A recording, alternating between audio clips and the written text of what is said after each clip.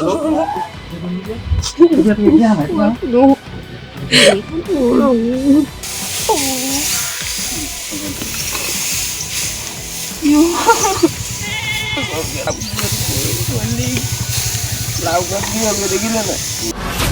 ভুলৰ বাবে সংঘটিত হ'ল দেৰগাঁৱৰ ভয়ংকৰ পথ দুৰ্ঘটনা।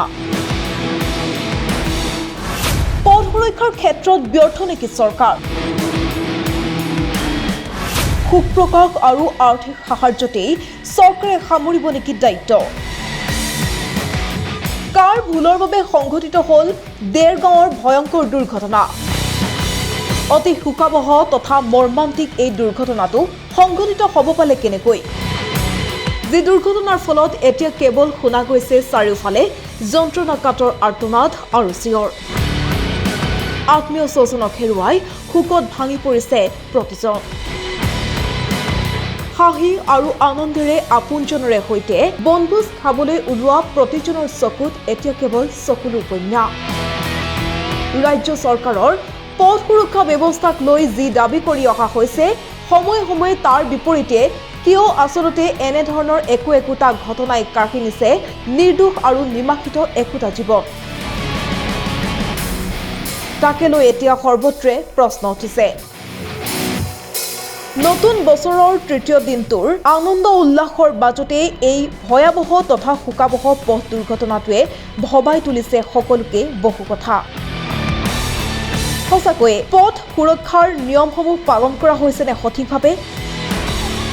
নে চৰকাৰে কেৱল চমক সৃষ্টি কৰাতেই দায়িত্ব শেষ? সংবাদ মাধ্যমৰ কেমেৰাৰ আগত উচ্চবাচ্য কৰিলেই দুৰ্ঘটনা হ্ৰাস হৈ নাযায়, এই কথা চৰকাৰক বুজাব কোনে? বহুতো সম্ভাৱনাময় জীৱন অকালতে শেষ হৈ যোৱা এই দুৰ্ঘটনাটোৰ দায়িত্ব স্বীকাৰ কৰিব কোনে?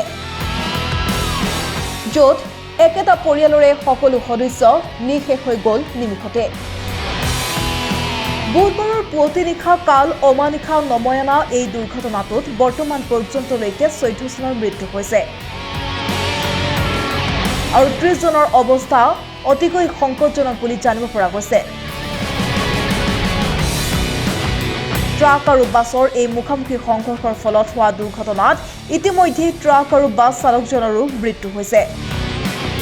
নৱবৰ্ষৰ আৰম্ভণিতেই এনেধৰণৰ ভয়ংকৰ দুৰ্ঘটনাই জোকাৰি গৈছে ৰাজ্যবাসীক। 4:30টাৰ পৰা 5টা বজাৰ ভিতৰত হৈছে আজি ৰাতিপুৱা। আৰু যিহেতু ঘন কুঁৱলী আছিলে আৰু খুব আৰ্লি মৰ্ণিং আছিলে কাৰণে একজেক্ট ঘটনাটো কি হ'ল আমি এতিয়ালৈকে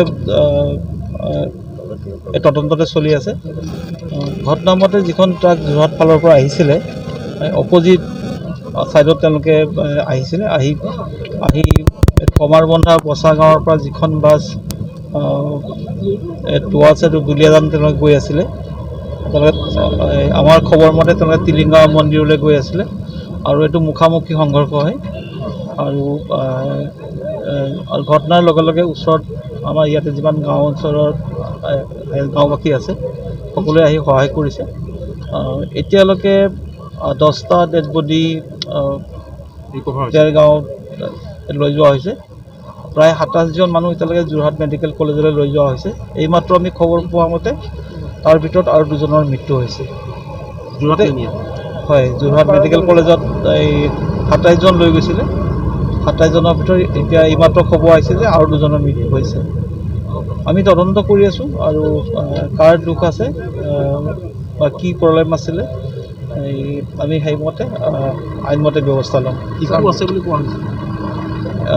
একজেক্ট লিষ্টটো মই চাব লাগিব, কিন্তু 10টা আপোনাৰ দেৰগাঁও CHCত আছে আৰু 27জন যোৰহাট মেডিকেল কলেজলৈ লৈ গৈছিলে, তাৰ ভিতৰতে 2জনৰ মৃত্যু হৈছে। আমাকো বহুতে এতিয়া স্থানীয় ৰাইজে আৰু সচেতন নাগৰিকে বহুতে কমপ্লেইন কৰিছে। আমি গোটেই বস্তুটো চাই আহিছোঁ আৰু জিলা আয়ুক্ত ডাঙৰীয়াও এইমাত্ৰ ভিজিট কৰিছে। আমি দুইজনে একেলগে চাইছোঁ আৰু যাৰ মানে দুখ আছে তেওঁলোকৰ যাতে শাস্তি হয় আইনগতভাৱে আমি সেইটো ব্যৱস্থা কৰিম। আমি ঘটনাটো তদন্ত কৰি আছোঁ, গতিকে মই এতিয়াই কমেণ্ট কৰিব নোৱাৰিম। কিন্তু কি ঘটনা হৈছে আমি যিহেতু তদন্ত কৰিছোঁ, আমি একজেক্টলি আমি তদন্তত উলিয়াই গোটেই বস্তুটো এতিয়া আপোনাৰ ঘটনাটো তদন্তৰ আছে। এতিয়া আমি একজেক্টলি এতিয়া ক'ব নোৱাৰিম ক'ৰ পৰা আহিছে, কাৰণ গাড়ীৰ যিজন ড্ৰাইভাৰ আছে ড্ৰাইভাৰজনৰ মৃত্যু হৈছে। গোটেই কাগজ পত্ৰখিনি চাব লাগিব, একজেক্টলি ক'ৰ পৰা আহিছে গোটেইখিনি চাব লাগিব, আমি তেতিয়াহে ক'ব পাৰিম। নিউজ ডেস্ক, প্ৰতিবিম্ব লাইভ।